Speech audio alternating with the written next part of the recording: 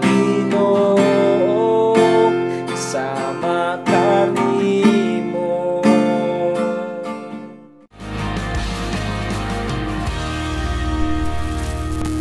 Kumusta mga katupa? Isang panibagong video na naman ang inyong nakikita. So, sa video na ito ay gagawin ko ng tutorial ang isang Bisaya na worship song.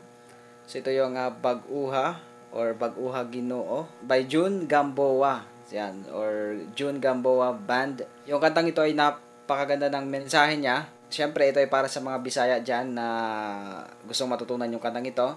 Pero sa mga Tagalog dyan, ayan, pwede nyong pag-aralan yung kantang ito. It's about we are asking God na baguhin tayo dito. So ayan, hello sa mga taga Cebu dyan or sa mga Bisaya dyan. So hello sa inyo. Sana matutunan nyo yung kantang ito. So wag na natin patagalin pa ito mga katupa. Tayo magsimula na. So ayan, yung key na gagamitin natin dito sa kantang ito. So which is the original key. Yung key of F major. So, parang medyo na ano ko sa pag-usap sa inyo. Kasi alam ko yung mga nanonood nito ay Bisaya, syempre. Pero siguro may mga Tagalog naman dyan na nanonood nito. So, ayan, key of F yung kanyang original key. At yun din yung ating gagamitin ngayon or ang ituturo ko sa inyo. Pero, gagamit tayo dito ng capo sa 3rd fret, 1, 2, 3. At yung chords na gagamitin natin ay key of D major. So, D, D sharp, E, then F. At narito naman yung chords na gagamitin natin sa buong kanta.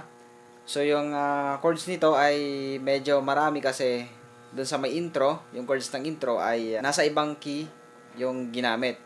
So ito yung chords muna natin sa intro. F, yan. B flat or A sharp, yan. Makita nyo naman sa screen yung chords. Gamit tayo dyan ng C over E. Yan. Parang C lang din naman siya kasi isasama lang natin yung nasa taas. Yung open low E string. Then, G minor. Yan. Yung G major nga ganito. Tanggalin lang yung gitna. So, G minor na siya. Meron din tayong gagamitin dyan na D sa may intro. Yan. So, yun yung chords. Pero yung pagkakasunod-sunod niya, ganito. F, B flat or A sharp, C over E, B flat again, G minor, C, D, B flat again, and A. Yan. So, ganyan yung chords ng intro. Yung iba pang chords na gagamitin natin dito sa kantang ito ay mayroon tayong E minor, B minor. And then, last one ay gagamit tayo ng G major. Then, doon naman sa strumming pattern, ang kanyang pinaka main strumming, baga, ay down, down, up, up, down, down, down, up. Ayan. Basic na basic yung strumming. Bagalan natin. Down, down, up, up, down, down, down, up. Okay. So, yung down, up sa dulo, yun yung lagi kong sinasabi na yun yung pag-switch or pagbuelo sa another chord. But then, yung ibang part ng kantang ito, sa pagtugtog natin sa gitara ay running chords. So, ibig sabihin, mayroon tayong hindi kumpletuhin na strumming. So, sundan nyo na lang mamaya kasi i-play ko naman siya. Then, may lalabas dyan mamaya na lyrics na may chords. Sa intro naman, sundan nyo na lang yung gagawin kong strumming kasi hindi siya consistent. Bale, may running chords din dyan. Pero, masusundan nyo naman kasi halos down, down. Ganon din yung sa unahan.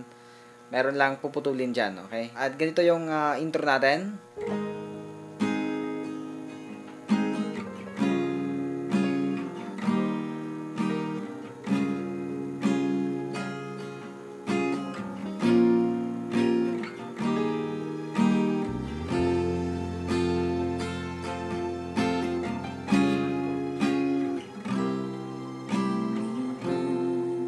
So, hinto muna tayo dyan. Yun yung ating intro. So, nasa ibang key siya. So, ngayon naman, papasok na tayo ng verse. Okay? So, gawin natin ulit yung intro.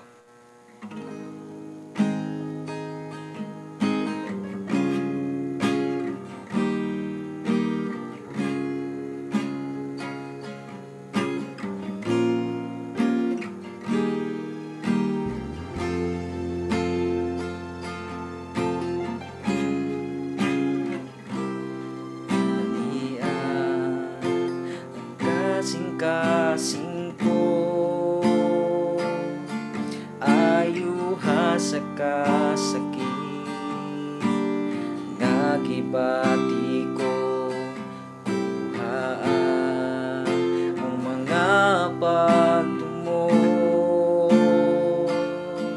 ulihi sa paghigugma sa makanimo.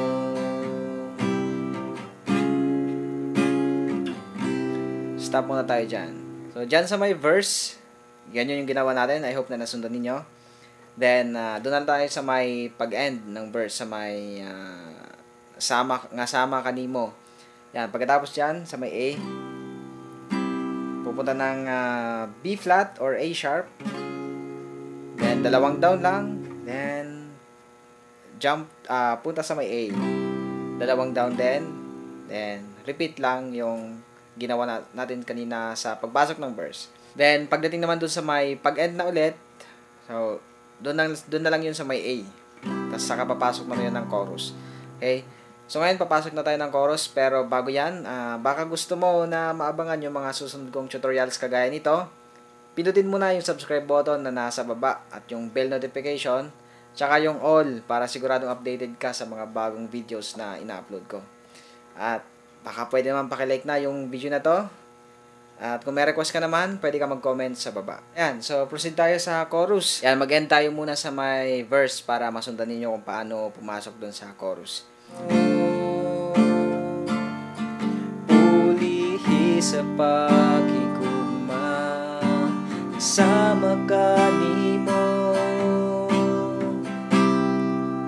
baguhagino makanimo, ang kasing-kasing ko, himaya mo Kristo, danagan ako,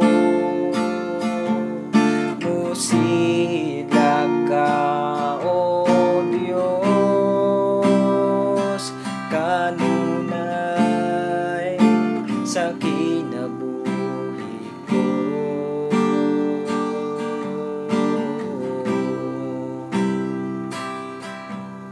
Then, repeat lang din yung verse. Then, kayo na rin yung bahala dyan kung ano yung magiging flow ninyo sa pagkanta or sa pagtugtog sa gitara ng kantang ito.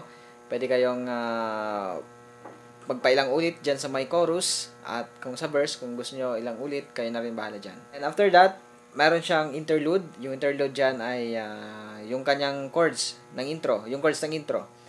So, 2 beses siyang gagawin. Then, proceed ulit sa my chorus. So, ayan. Syempre, pupunta na tayo sa ating play along para masundan niyo yung kabuuan ng tugtog natin dito sa gitara. Yung gagawin ko dito sa play along ay verse, 2 ulit. Then, chorus, verse again, and then chorus. So, doon tayo mag-end sa my chorus. Okay? Para hindi tayo matagalan.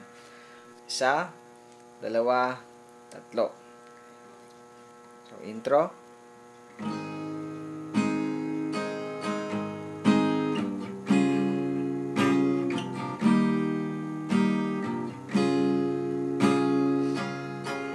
G minor.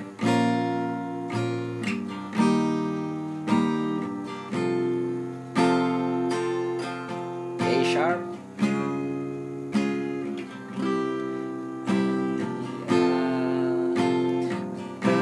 Kasing ko,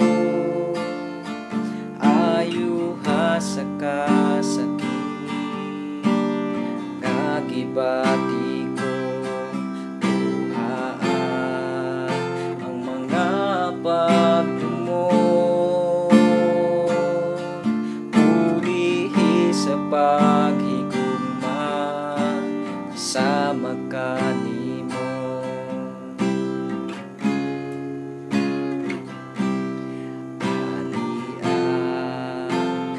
Kasing-kasing ko, ayuha sa kasakit, gagibati ko, kapag mo,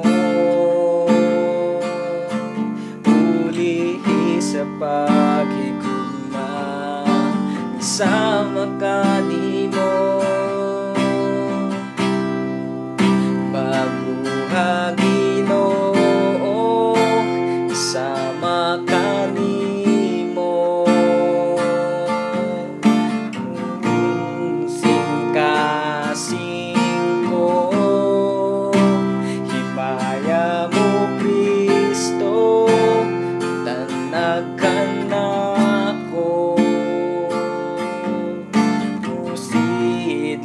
ka, O Diyos, kanunay sa kinabuhi ko.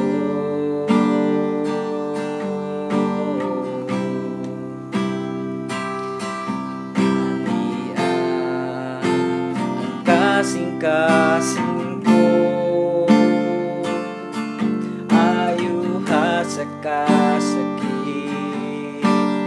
nga gibati ko, buhaan ang mga pagmumon,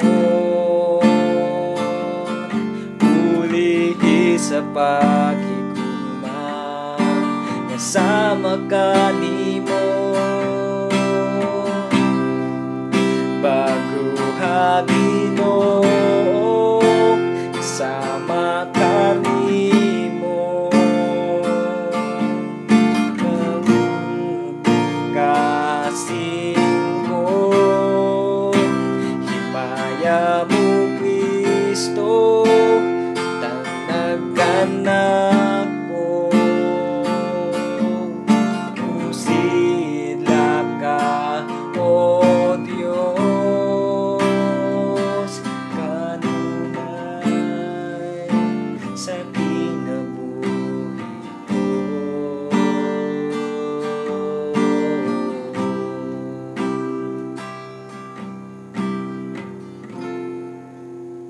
So ayan mga katupa natin na mga Bisaya dyan. So I hope na natutunan ninyo yung kantang ito.